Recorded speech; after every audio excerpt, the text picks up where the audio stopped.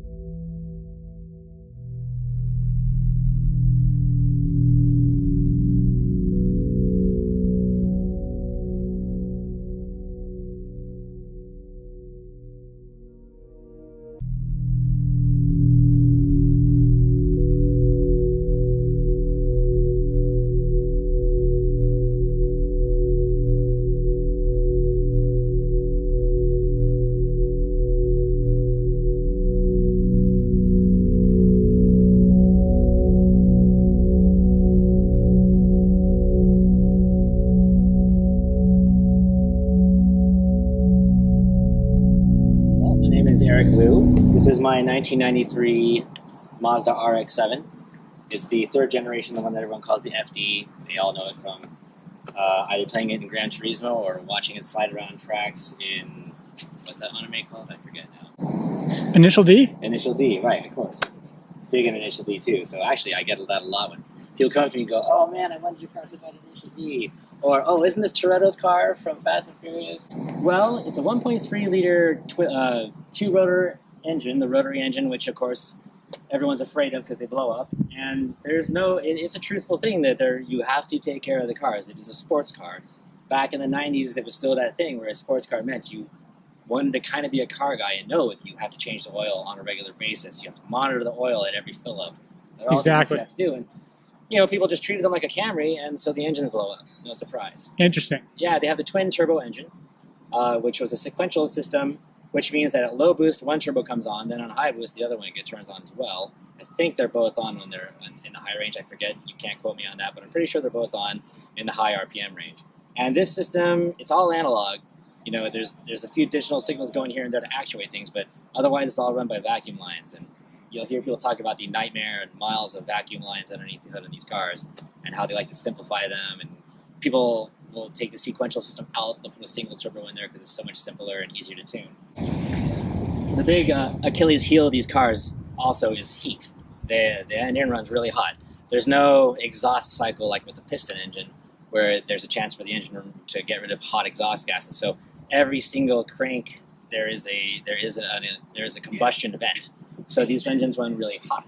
And unfortunately, one of the things that happened with emissions and just design in general was they didn't put a big enough radiator in necessarily for really, really hard driving. And so there is, and some people might say that the intercooler is also a little compromised for the turbos.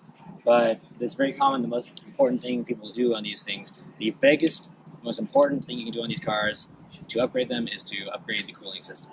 So that's the first thing that anybody should do. Also, it's a popular thing to get rid of the first catalytic converter, the pre-cat. Okay. It's sitting there like a hot grenade underneath the engine, so you put a straight down pipe through there to get rid of that one. You leave the main cat, of course. Okay. And it'll still pass emissions, at least the sniffer test, but And it gives you more flow, yeah? gives you better flow too. The acoustic wave music system. Very cool. Yeah. Such a complicated thing and expensive to fix, so most people don't. Good to know. Yeah. So this is the Mazda Rotary engine. Very compact, very small, but packs a twin turbo punch. Very cool. I got it last year. It had 13,000 miles on it, which is pretty unusual. All original. Everything was original in the car still.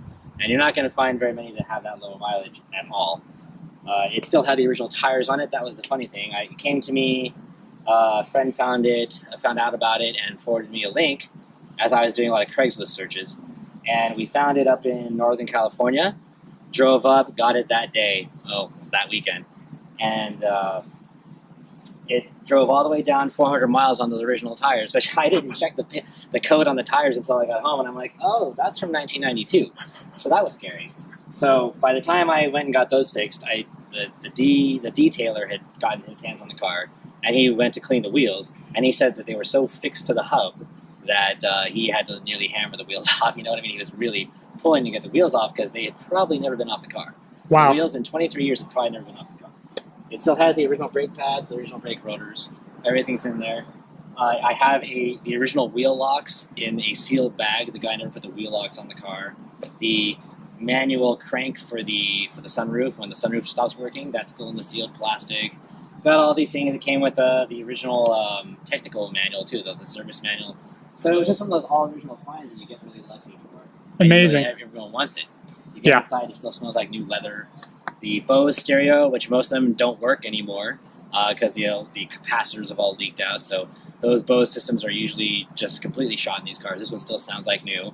Not necessarily a good thing. It's the Bose system. It's not that great. But there's that. What else to say? I'm really happy to have it. You don't find many that don't need that much work. And so far, people say you're going to buy the car, you're going to replace the engine. Engine's fine. You don't see that very often. Everything, all the little plastic bits inside the engine bay are still nice and pliable. The rubber's not all cracked. All the white pieces of plastic are still white, not yellow. So there's a lot of things to it that you just don't find very often. And if you're a perfectionist who's looking for a collectible version of the car, you're going to replace a lot of things. This one so far, very little things. I had to tighten down the mirror because it was a little, the mount was a little loose. Little things like that. And that's about it.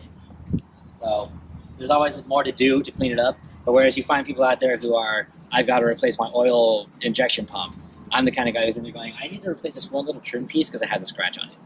So that's the difference between what they're doing and what I'm having to do is I'm trying to make it perfect, they're trying to make it run. So.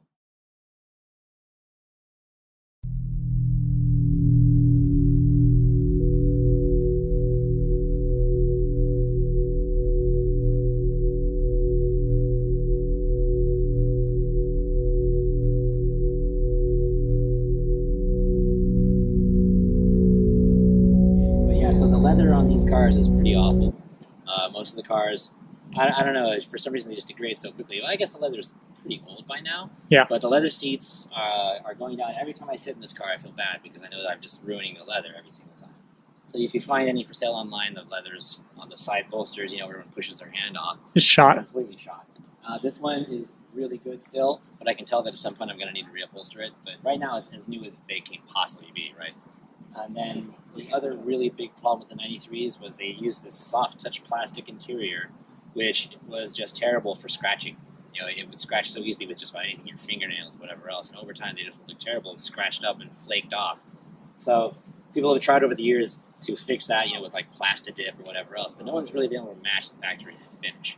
So luckily for me, this one, there's barely any scratches on the interior, so that's another really nice part of it. Because if you're somebody like you who's really fastidious about your car, you're not going to be happy with all those scratches. Definitely. And you don't want a clear-coated carbon fiber interior because those just look cheesy, right? Are we still in 2001? I don't think so. But you can still buy those, and not to dog on anybody who has it, but you know, it's just not the same as having a nice flat black kind of interior. I agree. Yeah, the 94s and 95s, they fixed it by going to more of a wrinkle finish, kind of hard plastic interior, which unfortunately makes it feel a little cheaper, right? So you know, you'd love to have a soft touch dash that didn't flake apart, but that doesn't exist.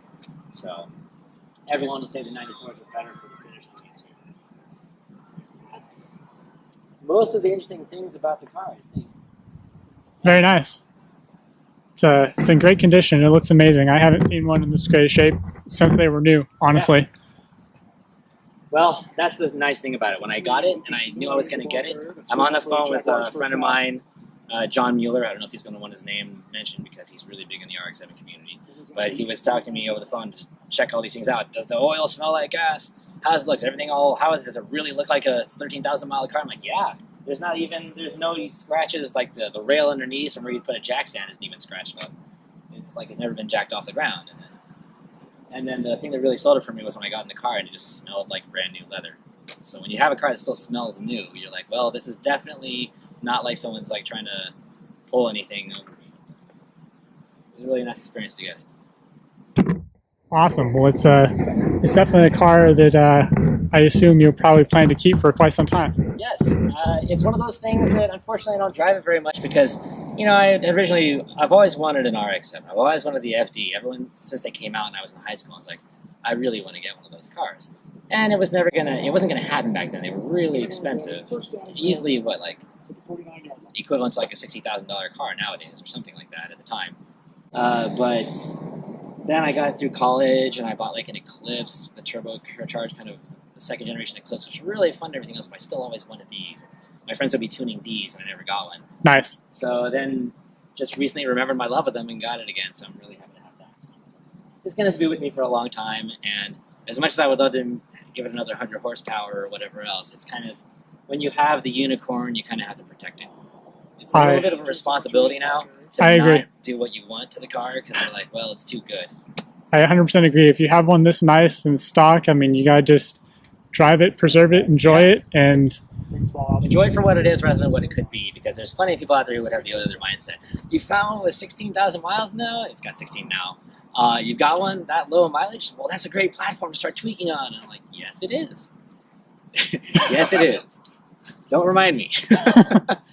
So, but that's where we are, and pretty happy. Beautiful car. You talk to the guys who own these on the forums, and they'll tell you the best riding car is stock. You know, the best FD is a stock FD. So, yeah.